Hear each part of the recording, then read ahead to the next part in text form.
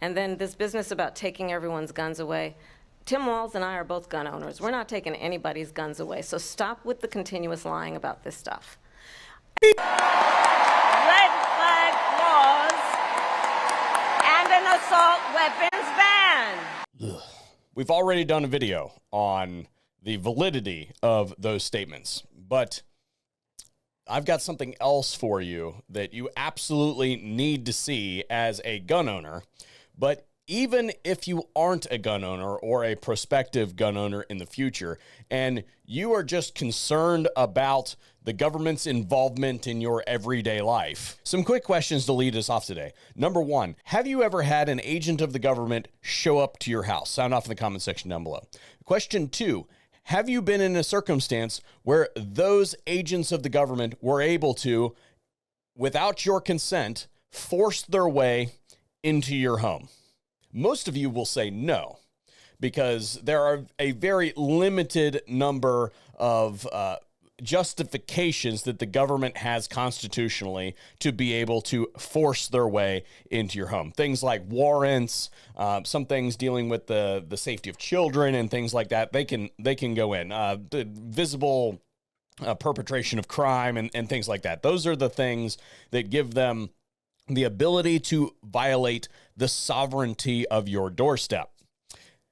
Well, as someone who has had federal agents come to their house on more than one occasion, even though they were scheduled visits, I can tell you that it is pretty nerve-wracking to know that they are going to come in and be able to have basically free reign of the premises. Now, to be clear, I'm the one who voluntarily went out and, to advance my business, got a federal firearms license.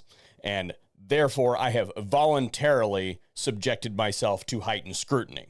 This is a self-inflicted complication of my life. Video has surfaced of Kamala Harris looking to expand the reasons why cops should be able to just force themselves into your home. You can't make this up.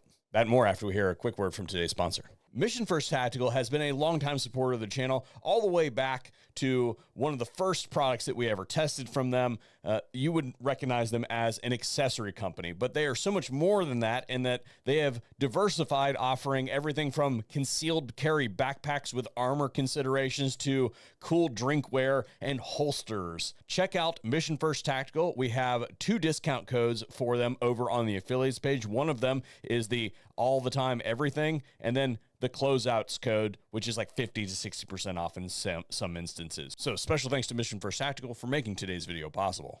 Generally speaking, how should voters look at some of the changes that you've made, that you've explained some of here in your policy? Is it because you have more experience now and you've learned more about the information? Is it because you were running for president in a Democratic primary? And should they feel comfortable and confident that what you're saying now is going to be your policy moving forward? Dana, I think the most important and most significant aspect of my policy perspective and decisions is my values have not changed. Remember that little nugget from that heavily edited interview from the other day? Yeah, it's about to come back. I'm going to take you to 2007. San Francisco passes this safe storage law, which dictates that you have to store your weapons unloaded and inoperable, and that the government can come and check to make sure that you're following the rule. Oh, I don't know. If somebody boots your door in at 3 o'clock in the morning and you need to defend yourself, now you got to go over to your safe, you got to punch in the code, you can't see because you just woke up, and you can't do anything with your fingers because you got an adrenaline dump. You got to access your safe. You got to find the bullets. You got to put them in the gun, and then you might be able to use it. Yeah, right. This is designed to keep people unsafe, unprotected, and at the mercy of those that would do evil to them. What did Kamala Harris have to say about the passage of this law? Responsible behaviors among everybody in the community, and just because you legally possess a gun in the sanctity of your locked home doesn't mean that we're not going to walk into that home and check to see if you're being responsible and safe in the way you conduct your affairs. Sorry about the quality of the video. We are talking about 2007, and apparently this reporter that was recording this was using a potato to film that video, like literally using film even. But we have the transcript. We're going to require, let me let that hang there for a second, require responsible behaviors among everybody in the community. And just because you legally possess a gun in the sanctity of your locked home doesn't mean that we're not going to walk into that home and check to see if you're being responsible and safe in the way that you conduct your affairs. She even used the word sanctity, as in she recognizes that there is a protection against unwarranted search and seizure. She recognizes that she's supposed to be a former prosecutor. It doesn't surprise me whatsoever that a prosecutor wants to have unfettered access to your home to look around and see if you're breaking the law or not. No shocker there. But the leftist here also adds to this to say, yeah, we're going to come in unannounced. We're going to come in and check to make sure that you're following the requirements in the privacy of your own home. We're going to send agents to your house to check. Now, to be clear, this is before the provision was even passed into law. This is what she was saying in support of this piece of legislation.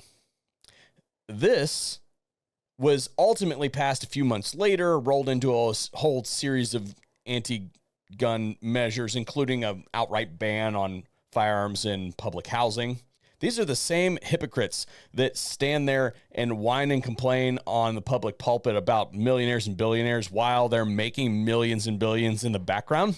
You want to talk about targeting people for their socioeconomic status and doing so in a way that makes them basically unable to challenge their government for their grievances. You want to talk about passing provisions that impact people that have basically no legal recourse because they don't have money.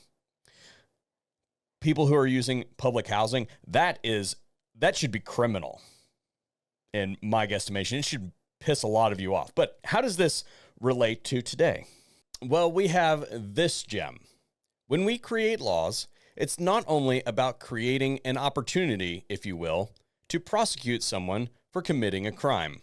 But more importantly, we legislate our values. It's about trying to encourage certain types of behavior. My values have not changed. Do I really need to add anything else? I think not. Coming to a city and state near you. To be fair, these are remarkably coherent statements from Kamala Harris. This is something that we have not seen in a long time. I guess it was from 2007.